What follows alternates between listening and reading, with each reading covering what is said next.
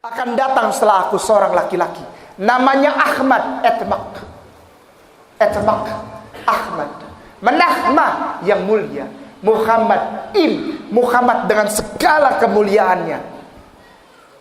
Dia akan menginsafkan bumi, menaikkan derajatmu, bikhota hasta, menaikkan derajatmu, bi Allah, karena dia adalah Nabi Allah. Yohanes pasal 16 ayat 13. Saya stop panggil Yesus Tuhan dan saya cari tahu tentang Rasulullah, bukan dari buku-buku Islam tapi dari Bible lagi. Ketemu lagi hifkom mematakim hekul Muhammadin zeduri vezekhi benuak Yerusalem.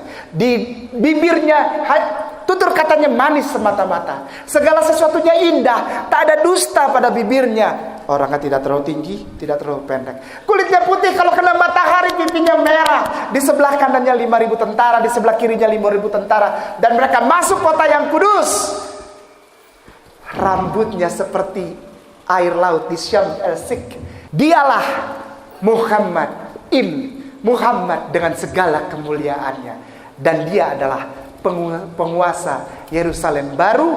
Hai putri-putri Yerusalem.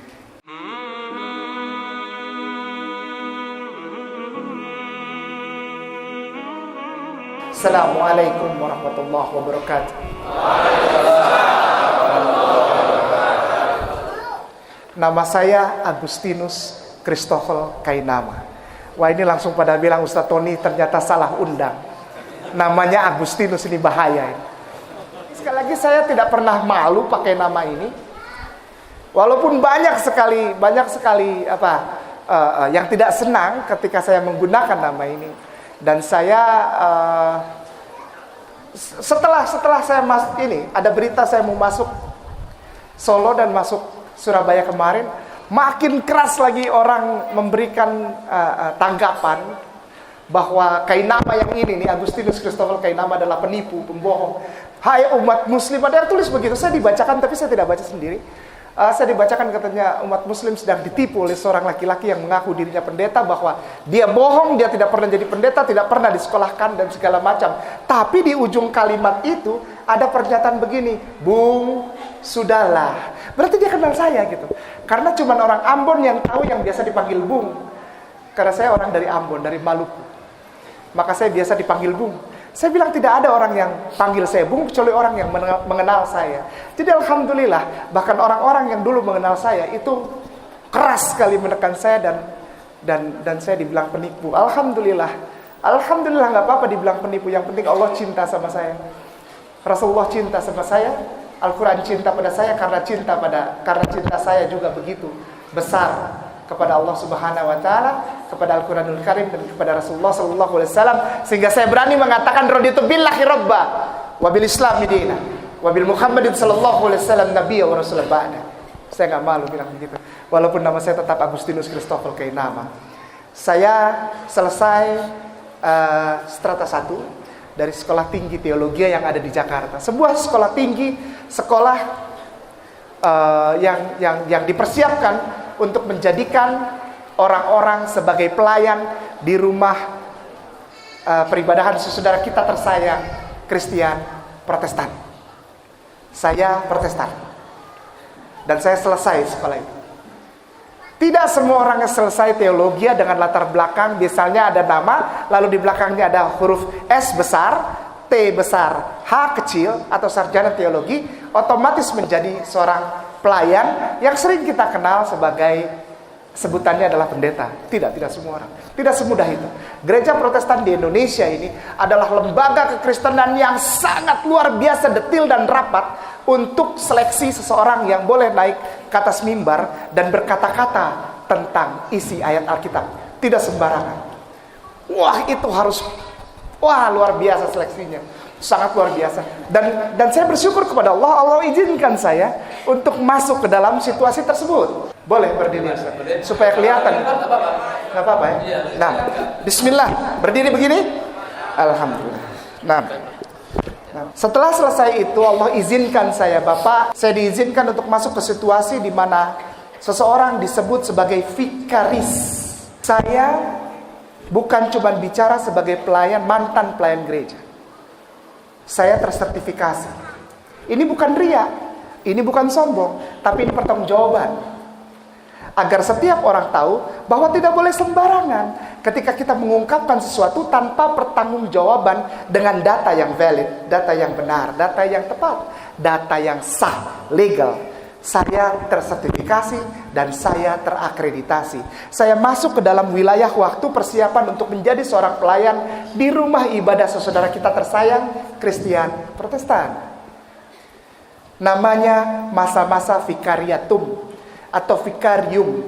Orangnya disebut vikaris karena ada masa vikariat, masa persiapan untuk menjadi wakil, dipersiapkan untuk menjadi pembicara atau pelayan atau gembala di rumah ibadah saudara kita Kristen Protestan.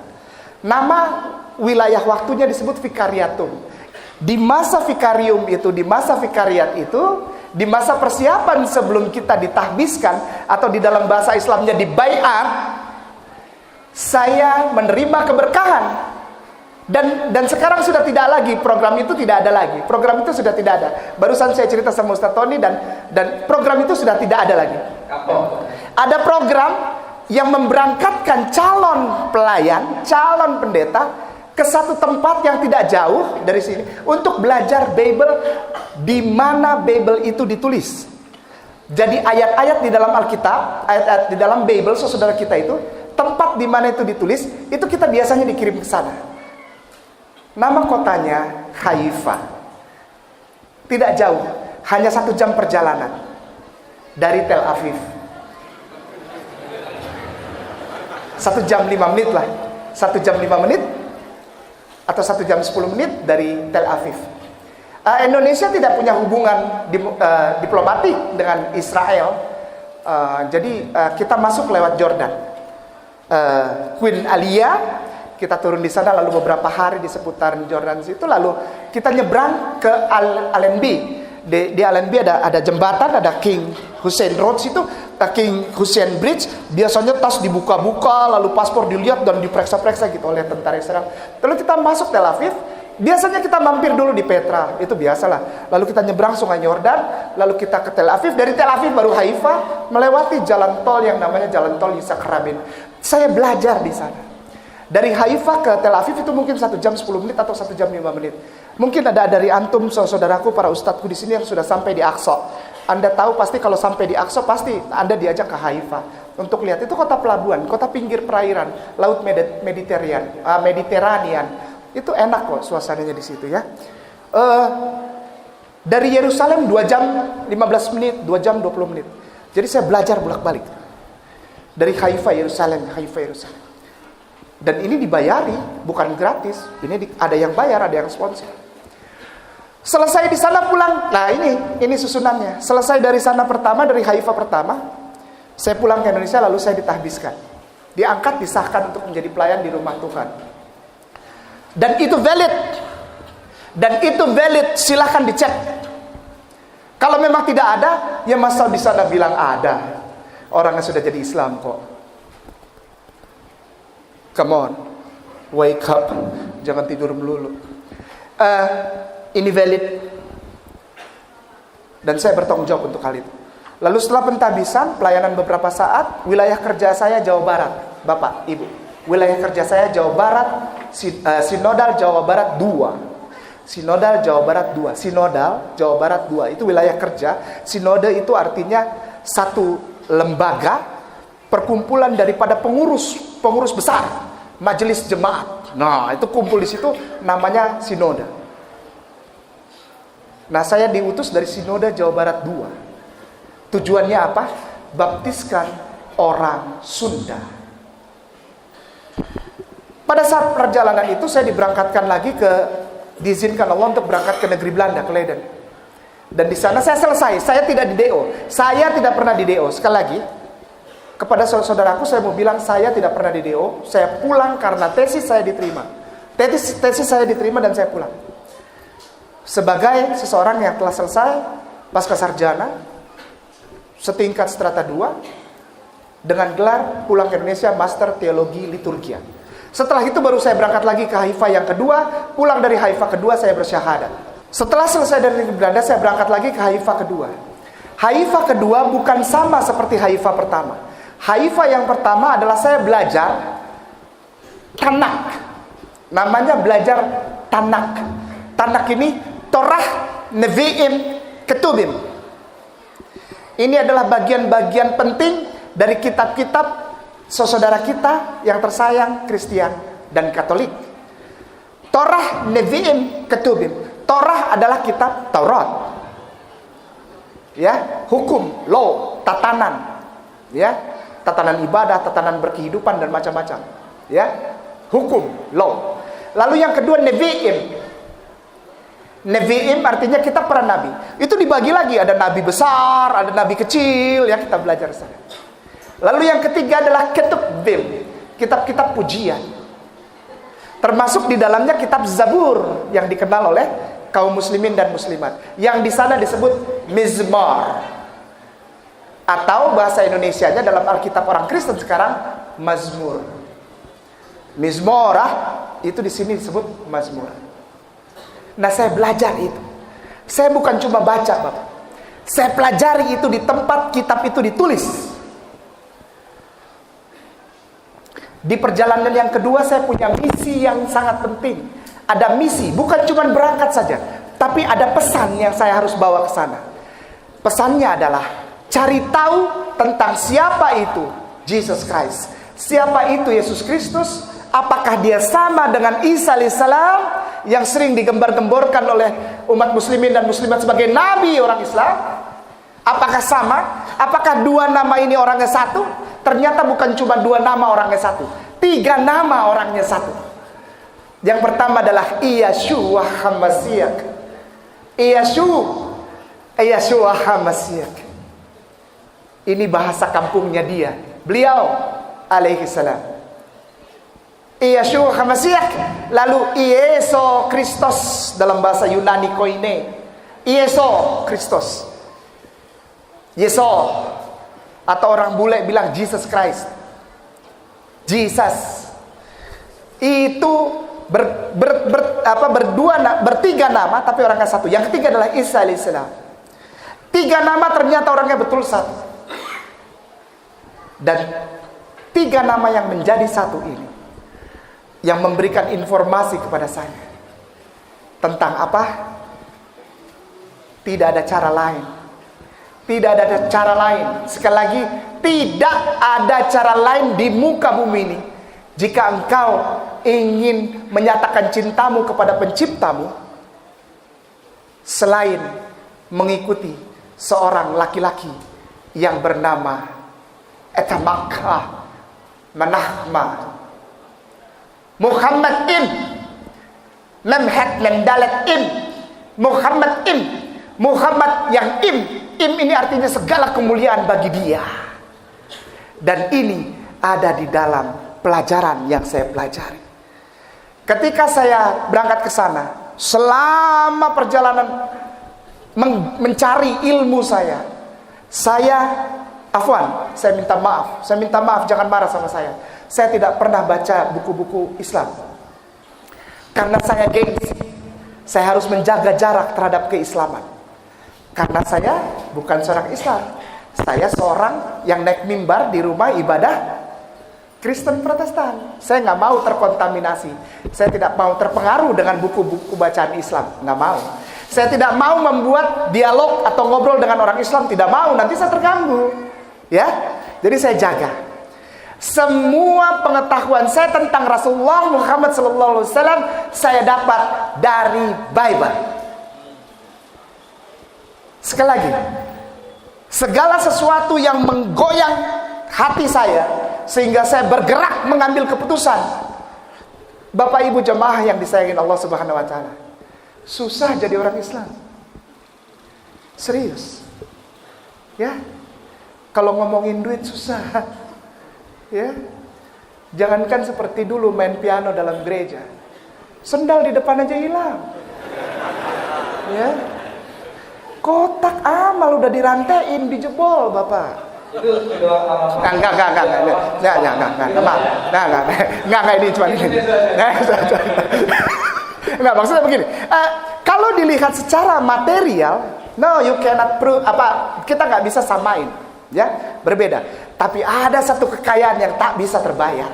Ketika seseorang mengucapkan La ilaha illallah Muhammad ya Rasulullah, karena itu inti Bible. Saya menemukan dan saya mengambil keputusan, kalau saya tidak ikut ini berarti saya gila. Kenapa? Karena saya menemukan di tempatnya dan tidak ada lagi yang lebih konkret daripada hal ini. Pernyataan dari seorang laki-laki yang dulu saya anggap sebagai Tuhan dan juru selamat saya. Namanya Yeshua HaMashiach. Sampai sekarang aku masih cinta dia. Sampai sekarang aku masih mengasihi dia. Sampai sekarang nama itu masih jadi nama yang baik di dalam hatiku. Caranya gimana? Ketika aku mencintai Rasulullah Muhammad SAW, maka aku sudah otomatis mencintai laki-laki yang namanya Yeshua HaMashiach atau Jesus Christ atau Isa alaihissalam. Ketika aku mengucapkan Allahumma sholli ala Sayyidina Muhammad, maka nama itu sudah termasuk di dalamnya. Saya mencintai Isa lebih daripada sekedar jadi Kristen. Karena apa? Karena Isa, Jesus Christ, yang dulu saya kenal sebagai Tuhan Juru Selamat penebus dosa saya. Begitu saya ke sana dan saya belajar, kenyataannya lain. Beliau mengatakan melalui catatan yang sangat valid, catatan yang benar, yang tidak, ibaratnya kalau di Muslim bilang sahih, bukan sahih lagi, mutawatir mungkin ya, mutawatir. Itu nyata bahwa laki-laki itu, Jesus Christ itu bukan Tuhan dan Juru Selamat.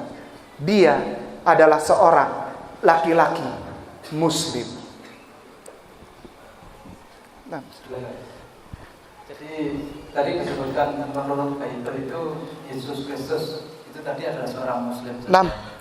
Terus orang katanya bahwa Isa atau Yesus Kristus itu juga melakukan ibadah sebagaimana ibadah umat Islam seperti tawaf, sholat, kemudian puasa. Itu gimana Ustaz? Nah, Ustaz. Pertama dimulai dari siapa Kristus? Kristus itu manusia yang di anointing atau anointing apa? Bahasa. Itu bahasa gereja, bahasa Inggris tapi menjadi bahasa dasar gereja, anointed. Laki-laki yang diurapi. Diurapi itu artinya diangkat, disahkan, dibaiat, ditahbiskan untuk menjadi seorang laki-laki yang menjadi penyampai pesan Tuhan, penyampai pesan Allah. Ya, anointed Kristus, HaMashiach, Al-Masihu. Al-Masihu itu artinya bukan juru selamat. Sampai detik ini saudaraku yang Kristen dan Katolik itu sudah banyak yang berdialog dengan saya dan saya cuma pegang satu saja. Ketika engkau bilang Yesus itu Kristus, itu benar, itu tidak salah. Karena artinya engkau membenarkan bahwa Yesus itu Nabi. Yang pertama isinya adalah ketika Ustadz Tony menanyakan, Yesus itu Islam, kenapa berani bilang Islam? Karena dia pertama adalah, dia bukan Tuhan. Dia tidak pernah jadi Tuhan, dan dia tidak pernah dia jadi anak Tuhan. Tidak pernah. Dia tidak pernah menebus dosa manusia. Tidak pernah. Dan di dalam Bible tidak pernah ada ayat tulisan begitu, tidak pernah ada. Tidak pernah ada Bapa, Putra, dan Roh Kudus, tidak ada. Tidak ada. Tidak ada. Patris et Spiritus Sanctus atau Evangelicam ke Doctrinam Patris et Spiritus Sanctus itu tidak pernah ada. Di dalam Bible tidak pernah ada. Nah, kenapa? Karena Yesus di situ mengklaim dirinya dan lingkungan semua membenarkan kesaksian itu bahwa dia adalah seorang nabi. Dia adalah utusan Allah. Yohanes pasal 17 ayat 3. Inilah hidup yang kekal itu, atau inilah Eden itu. Hamak Eden, apa? Inilah yang benar. Eden itu apa? Bukan Lia Eden, bukan. Eden itu paradise, heaven, surga, jannah. Inilah surga itu. Inilah hidup yang kekal itu. Yohanes pasal 17 ayat 3. Inilah hidup yang kekal itu, yaitu bahwa mereka mengenal engkau Allah yang benar satu-satunya. Jadi sebetulnya kata-kata di dalam bahasa aslinya, dalam bahasa Yunani koine itu begini. Tidak ada Tuhan yang benar selain engkau, ya Allah. A besar, L-nya 2, AH. Karena Bible dari depan sampai belakang kalau bilang nama Tuhan selalu pakai A besar, L-nya 2, AH. Dibaca Allah. Tidak ada yang benar selain engkau ya Allah. Tidak ada Tuhan yang benar selain engkau ya Allah. Tidak ada Tuhan selain Allah. Itu yang pertama. Di ayat B-nya, di ayat Yohanes pasal 17 ayat 3b-nya bilang begini. Dan aku Isa, utusanmu. Allah. Aku Isa, utusan Allah. Jadi pesan yang saya dapat pada saat Yesus masih hidup, Isa alaihissalam masih hidup, kepada para pengikutnya adalah, jika engkau mau masuk surga, imani dan katakan itu, yaitu pertama adalah la ilaha illallah, Isa Rasulullah. Ungkapkan itu di depan orang menjadi kesaksianmu, menjadi asyhadu alla ilaha illallah wa asyhadu anna Isa Rasulullah. Karena Rasulullah belum datang. Rasulullah Muhammad SAW belum datang. Itu masih wilayah kekuasaan beliau. Untuk lingkungan Yudea Galilea saja. Bukan saya bilang tanah Israel. Nggak mau saya bilang Israel. Rugi karena salah. Salah juga pengertian orang di Indonesia tentang Israel. Sana Israel, Israel itu adalah nama Nabi Yakub alaihissalam. Israel nama Nabi Yakub alaihissalam. Jadi jangan maki-maki, oh Israel itu apa? Dajjal Israel. Jangan ngomong gitu, karena Israel adalah nama Nabi Yakub alaihissalam. Yang jahat itu Zion. Tidak semua juga mau dibilang Yahudi. Yahudi adalah anak kelima dari Nabi Yakub alaihissalam. Jadi tidak semua di sana dibilang Yahudi. Ketika saya di sana bilang, "Are you Jews?" Masih bagus nggak ditabok. Karena tidak mau semua orang disebut Jewish. Tidak mau semua orang disebut Yahudi. Tidak mau. Karena semuanya tuh ada 12 suku. Yang banyak di sana Khazar malah. Yang datang dari Afrika Selatan, dari Yaman, dari pinggiran Eropa. Yang sekarang mengaku menjadi warga negara Israel. Itu udah kacau balau. Bukan orang Israel atau Bani Israel. Anak-anaknya Nabi Yakub alaihissalam dan keturunannya. Udah bukan di sana, udah kacau balau di sana. Nah, Zionis ambil alih sehingga terjadi peristiwa Yom Kippur. Dan mulai saat itu Palestina ditembakin. Bukan oleh orang Israel, Bani Israel, keturunan Nabi Yakub alaihissalam, bukan. Oleh orang-orang pengikut Dajjal yang namanya Zionis. Nah, Yahudi itu anak kelima dari Nabi Yakub. Yang pertama Ruben. Yang kedua Ruben, Simon, Levi. Ini yang masih suka pakai celana Levi's, tahu? Levi, S. Masih ada yang suka? Engkau menjadi penyumbang, donatur terbesar untuk orang Yahudi, tembakin saudaramu di Gaza. Enggak, benar. Levi itu adalah Yahudi.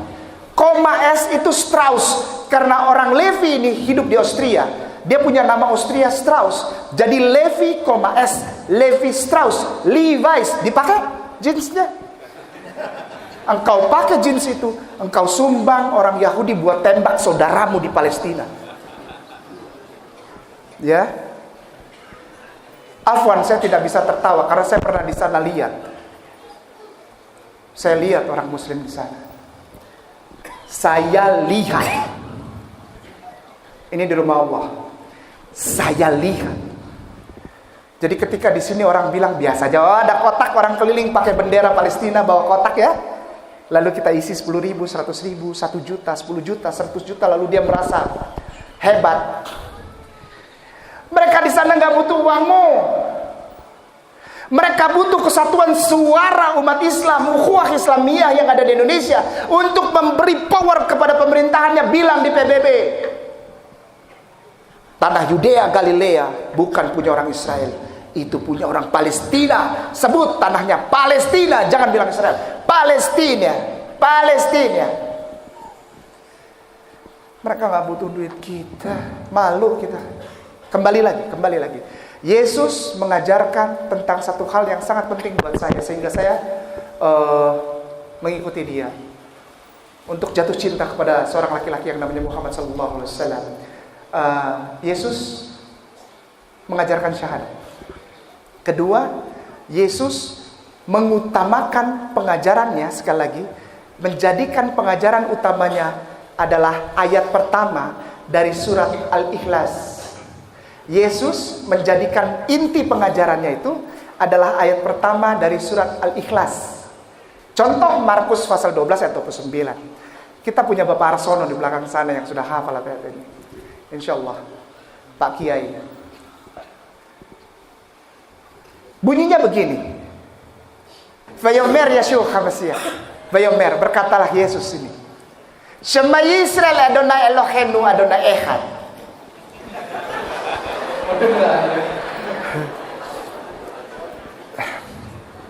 Lalu saya blok para ustadzku, para ustazahku. Saya blok kata-kata itu. Adonai Eloheinu, Adonai Eloheinu, Adonai Ehad. Ada yang nyangkut? Adonai Eloheinu, Adonai Ehad. Ba'at Medavir de Ivrit and Medavir de Ivrit. Jadi buat Anda yang sudah biasa dengar bahasa Hebrew, saya akan mengungkapkannya pelan-pelan dalam bahasa Hebrew. Maka itu kalau ngobrol sama ada orang yang dari saudara kita saudara-saudaraku tersayang itu di Kristen atau Katolik yang ngajak saya ngobrol tentang Bible, dia bilang tukang bohong, kamu nggak pernah disekolahin. Saya cuma duduk lalu saya bilang, at Medavir Ivrit. Apa? Sorry. Bukan kelasnya. Enggak, ini bukan ria, bukan. Soalnya saya mau syuting. Saya bilang, aduh maaf, gak ada waktu, sibuk syuting. Syuting apa? Kejar angkot. Bukan kejar tayang. Ngejar-ngejar ojek, saya. Ngejar angkot. Vayomer Yeshua HaMashiach. Berkatalah dia laki-laki itu, Yeshua HaMashiach. Shema Yisrael. Adonai Eloheinu, Adonai Ehad. Katakanlah ya Israel olehmu, karena Tuhanmu mendengarkan. Dan dengarkanlah ini hati-hati katanya. Kul hu Allahu Ahad. Dan ayat ini berulang 84 kali di dalam Bible. Menjadi pengajaran inti 84 kali. Di dalam bahasa Hebrew, bahasa Aramaik Syriak, dan terakhir bahasa Yunani Koine yang digunakan sebagai bahasa orang. Saudara kita bilang gospel atau Injil perjanjian baru katanya. Berarti ada perjanjian yang lama. Kalau ada perjanjian baru, perjanjian lama. Kalau perjanjian lama berarti udah kadaluarsa, udah nggak dipakai lagi. Sekarang aja yang kadaluarsa isinya cacing itu ikan, makarel. Astagfirullahaladzim. Kayak iklan. Jadi kalau udah kadaluarsa, takut-takut di dalamnya ada cacing, nggak boleh dipakai lagi, ya. Kul huwallahu ahad adalah ajaran intinya. Tauhid adalah ajaran inti Bible. Tidak ada yang lain. Tidak ada yang lain. Lo Adonai Eloheinu Elohecha Hefarim Alpanai. Wah, ini udah mulai tambah sulit lagi. Enggak ya, biasa aja ya, biasa aja. Jangan ada padamu ilah lain di hadapanku untuk engkau sembah. Lo Adonai Elohecha Hefarim Alpanai. Tauhid Allah nama Tuhannya. Cara sembahnya gimana? Kitab Keluaran pasal 3 ayat 5. Tolong sebelum masuk kau lepas dulu alas kakimu. Lepas dulu alas kaki. Kitab Keluaran pasal 3 ayat 5. Tolong lepas dulu alas kakimu. Ya, karena ini rumah Tuhanmu, kau hormat. Rumah RT aja kau mau bikin KTP kau buka sendal. Lalu berwudu. Berwudu, serius, berwudu. Kalau engkau tidak berwudu, engkau mau masuk rumah ibadah tanpa berwudu, sekali lagi, apabila engkau tidak berwudu, kalau engkau masuk rumah ibadah, engkau mati. Keluaran 30 ayatnya yang ke-20. Wudu. Setelah itu dilihat, seorang laki-laki melihat dirinya sendiri. Kalau dia akil balik, apakah dia bersunat atau tidak? Kulit katanya dikerat. Dia sudah melakukan itu belum?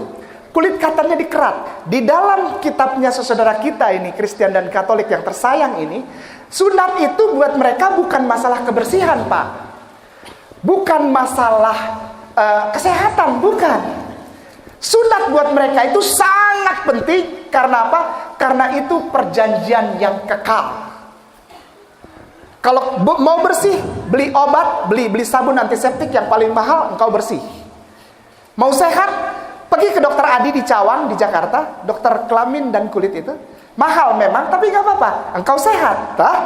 Benar gak? Ini bukan masalah itu. Ini masalah perjanjian laki-laki dengan penciptanya, Allah Subhanahu wa Ta'ala. Dikerat kulit katanya. Jika ada orang yang tidak dikerat laki-laki ini yang sudah balik, tidak dikerat kulit katanya, menurut Bible itu harus really, betul. Bukan saya yang ngomong. Bible lebih keras masalah sunat.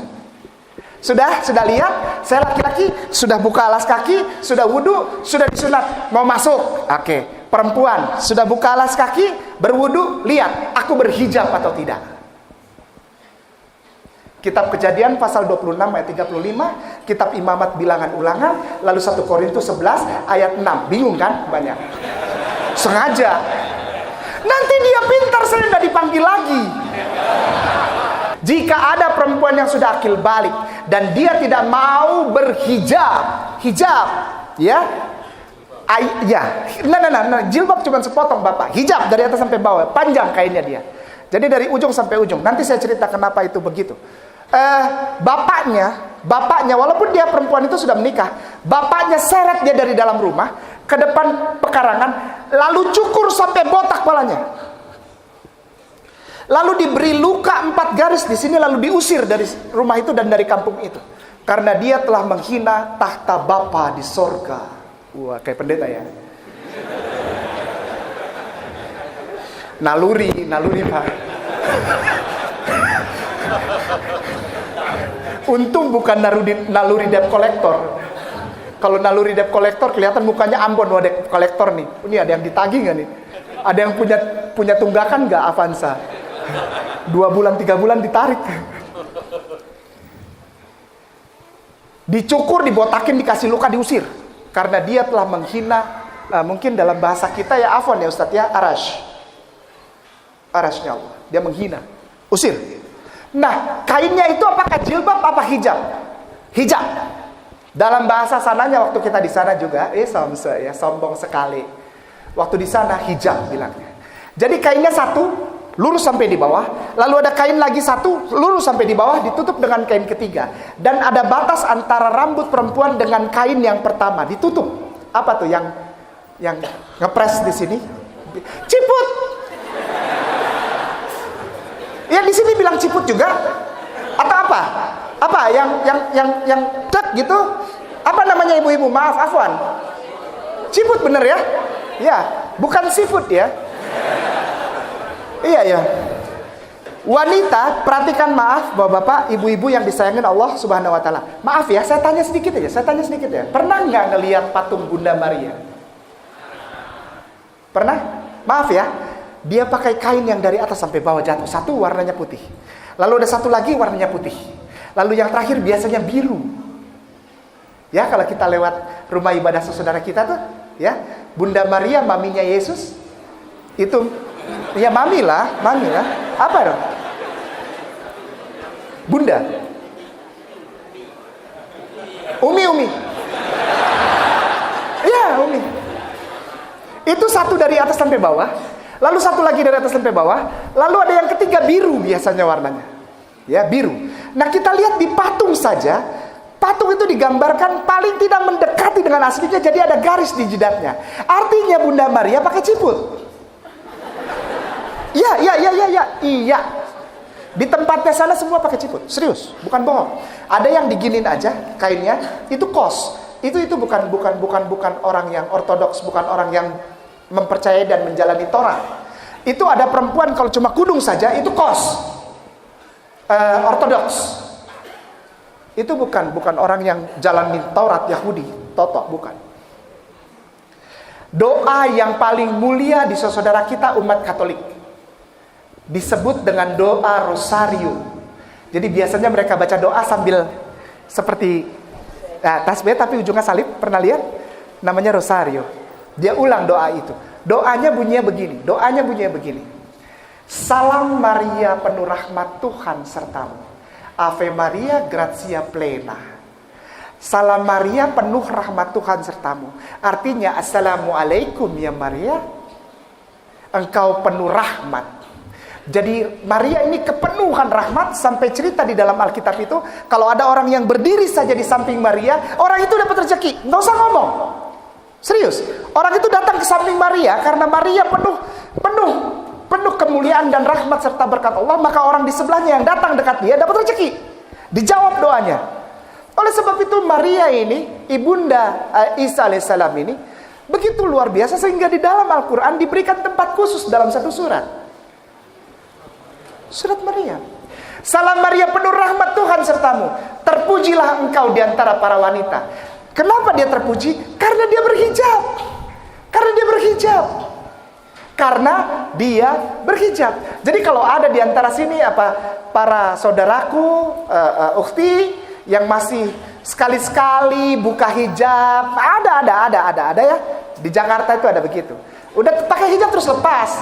Terus dia marah orang yang tanya dia lagi. Hebat, ya. Ya hebat dia, ya. Jika engkau ingin mulia di antara para wanita, jika engkau ingin menjadi berkat, menjadi sumber rezeki untuk suamimu, untuk ayahmu, untuk ibumu, untuk seisi rumahmu, berhijab. Tidak ada cara lain. Engkau harus berhijab untuk mengundang rizki di dalam rumah, mengundang berkah dan rahmat di dalam rumah, berhijab. Itu saya dapat dari Bible. Saya percaya itu. Kenapa? Karena saya tidak pernah lihat patung Bunda Maria pakai tank top. Enggak. Solo Surakarta ini banyak gereja. Saya takut salah ngomong. Nanti direkam di bawah situ, saya dicari-cari orang, udah gelap dicari-cari orang. Allahu Akbar, kasihani aku ya Allah. Iya, saya percaya Maria diberkahi dan penuh rahmat Allah, dan dia dimuliakan di antara para wanita karena dia berhijab. Karena saya tidak pernah lihat patung Bunda Maria pakai tank top atau pakai bikini atau pakai celana gemes. Sekarang lagi musim celana gemes. Anak-anak SMP, SMA perempuan pakai celana gemes namanya katanya. Celananya kayak celana pendek voli. Padahal ditanya mau kemana? Mau ke mall. Ini mau ke mall apa mau main voli? Dan ibu-ibunya pakai hijab, ya hijab modern, lalu dibiarkan anak perempuannya pakai celana pendek, dibiarkan saja. Padahal 2 langkah anak perempuanmu keluar dari rumah, pintu rumah utama tanpa menutup auratnya, 2 langkah pula dia sedang seret orang di dalam rumah masuk ke dalam neraka. Nggak main-main. Kalau kita sayang, kita kasih baju yang baik lah. Masa baju yang bahannya bener nggak bisa mampu beli sih, ya? Celana kekurangan bahan, baju kekurangan bahan, udah bener-bener pakai hijab dibuka, terus begitu orang nanya marah, maunya dihargai haknya. Engkau buang hakmu gitu, ya biarin ini kan urusan saya gitu. Saya nggak ngerugiin orang. Agama itu bisa dilihat dari berbagai macam. Langsung jadi ustazah. Hebat. Udah buka jilbab, jadi ustazah pula. Yang diceramahin ustadz besar. Allahu Akbar kabiru. Saya bilang ini orang makin kurang ngajar. Kalau di Israel sana sudah digundulin kau. Allahu Akbar. Lalu setelah lihat diri kita sudah disunat laki-laki, perempuan berhijab, sudah buka alas kaki, sudah berwudu, masuk ke dalam rumah beda ngapain?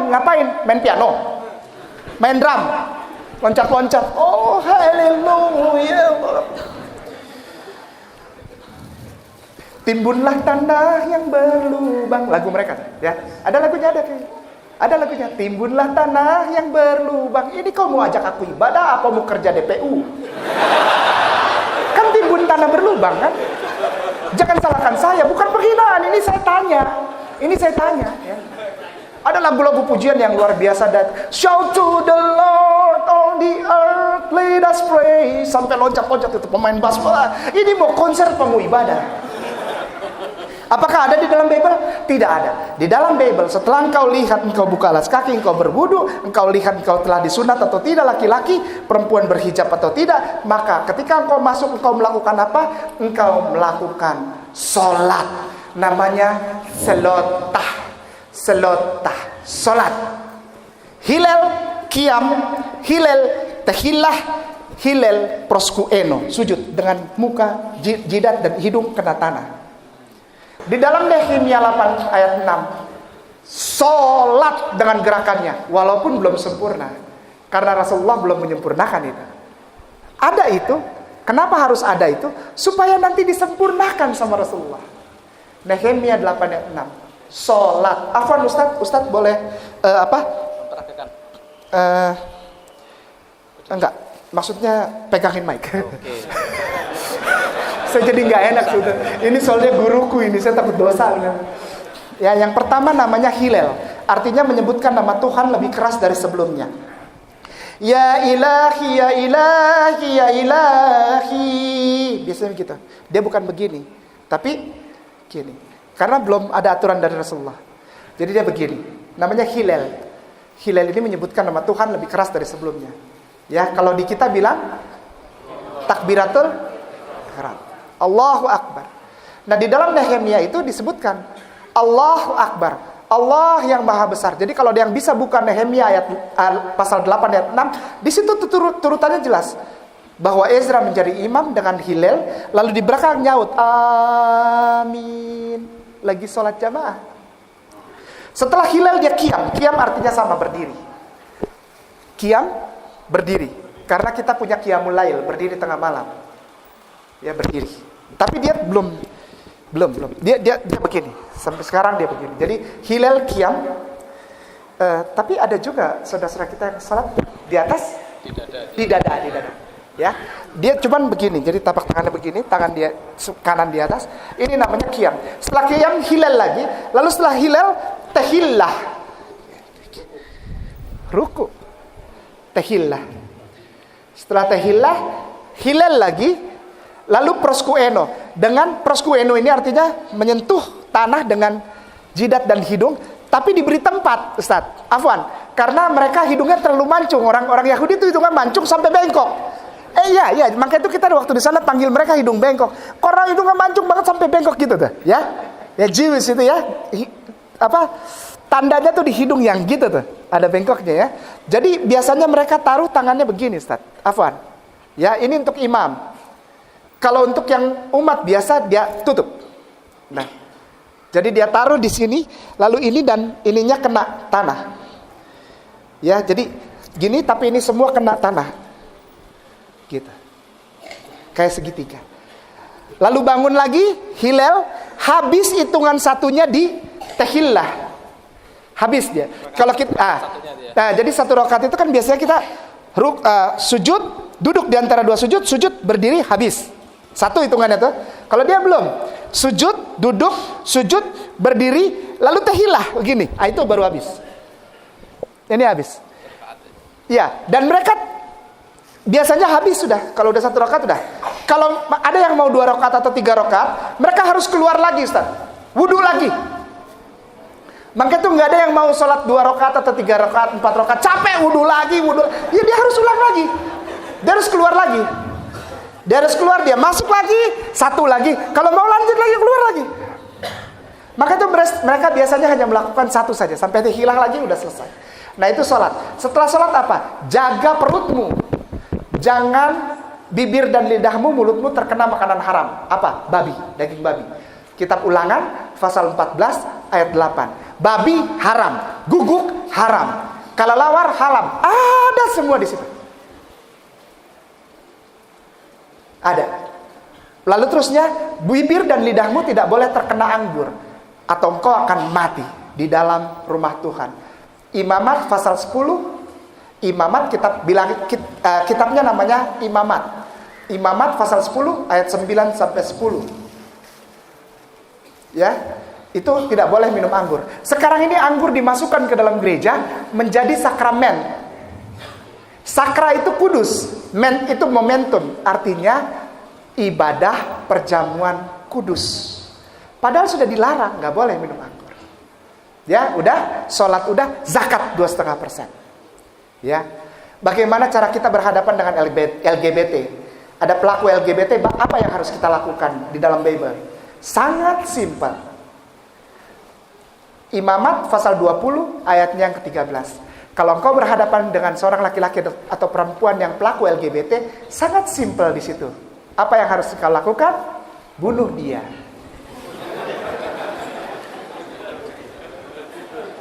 Ya, bunuh aja. Repot ngurusin begitu, karena kalau diajak ngobrol panjang. Bible bilang udah bunuh aja. Gampang. Ya. Lalu tawaf Mekah, Ka'bah, Mazmur pasal 84 ayatnya yang ke-6 ke-7 tentang tawaf di rindu Baitullah, rindu Ka'bah. Mazmur 84 ayat yang ke-6 dan ke-7. Yang terakhir, tidak boleh ada Tuhan lain yang menyaingi kedudukan yang sama dengan Allah. Tidak boleh.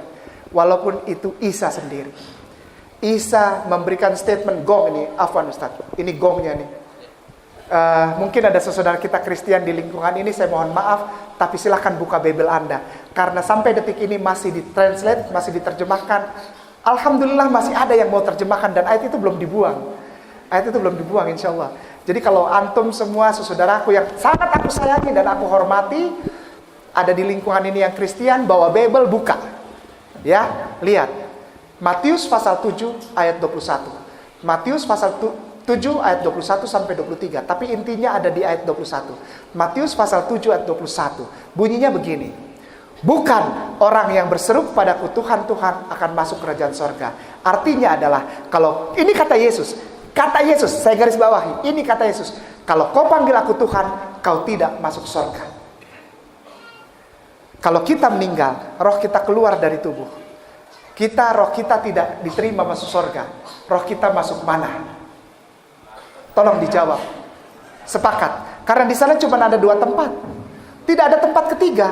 Tidak ada halte. Sekarang memang lagi nunggu semua.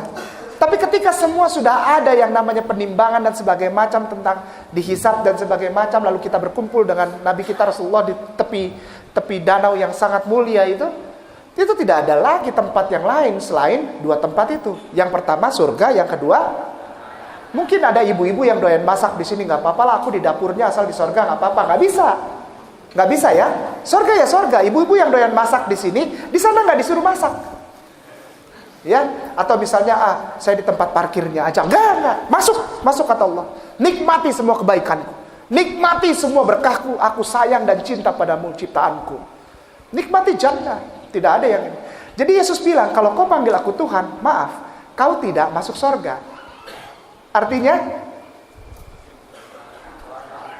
jadi Yesus bilang, kalau kau berseru kepadaku, Tuhan Yesus, engkau masuk neraka.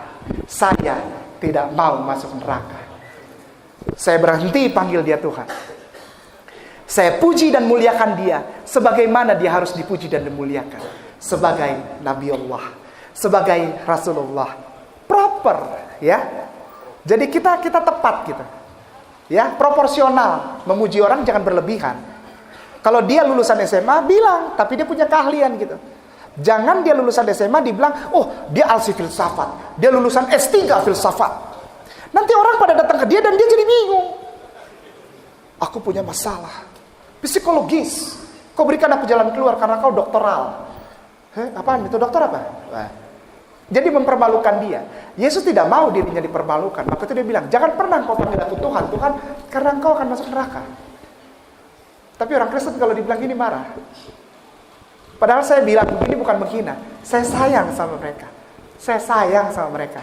Karena setiap hari Sabtu dan Minggu atau hari Rabu mereka bawa Bible-nya, tapi mereka nggak pernah tahu bahwa Yesusnya melarang mereka memanggil Yesusnya Tuhan. Ya, dilarang itu. Bible yang mereka bawa sebenarnya adalah preambul, mukadimah, kata-kata pembuka untuk kesempurnaan yang akan datang. Di dalam kitab Yohanes pasal 16 ayat 13. Di dalam kitab Yohanes pasal 16 ayat 13. Yesus bilang begini. Altit halon hefe menahma etmak Muhammadin bihotakhasta biyallah. Akan datang setelah aku seorang laki-laki. Namanya Ahmad etmak. Ahmad. Menahma yang mulia. Muhammad dengan segala kemuliaannya. Dia akan menginsafkan bumi, menaikkan derajatmu bikhotahasta, menaikkan derajatmu bi Allah, karena dia adalah Nabi Allah. Yohanes pasal 16 ayat 13. Saya stop panggil Yesus Tuhan dan saya cari tahu tentang Rasulullah, bukan dari buku-buku Islam tapi dari Bible lagi. Ketemu lagi hifkom mematakim hekul Muhammadin zeduri vezekhi benwak Yerusalem. Di bibirnya tutur katanya manis semata-mata, segala sesuatunya indah, tak ada dusta pada bibirnya. Orangnya tidak terlalu tinggi, tidak terlalu pendek. Kulitnya putih, kalau kena matahari pipinya merah. Di sebelah kanannya 5.000 tentara, di sebelah kirinya 5.000 tentara. Dan mereka masuk kota yang kudus. rambutnya seperti air laut di Syam el-Sik. Syam el-Sik itu tahu? Mesir tempat Musa menyeberang gitu. Musa alaihissalam menyeberang bersama Bani Israel. Syam el-Sik. Jadi tidak lurus, tidak juga keriting. Hadis membenarkan itu. Ya Ustaz ya, afwan. Dialah Muhammad dengan segala kemuliaannya, dan dia adalah penguasa Yerusalem baru. Hai putri-putri Yerusalem, hifkum matakim hakulla Muhammadim sedua di bezakhi benoak Yerusalem. Nah, tafadhol Ustaz.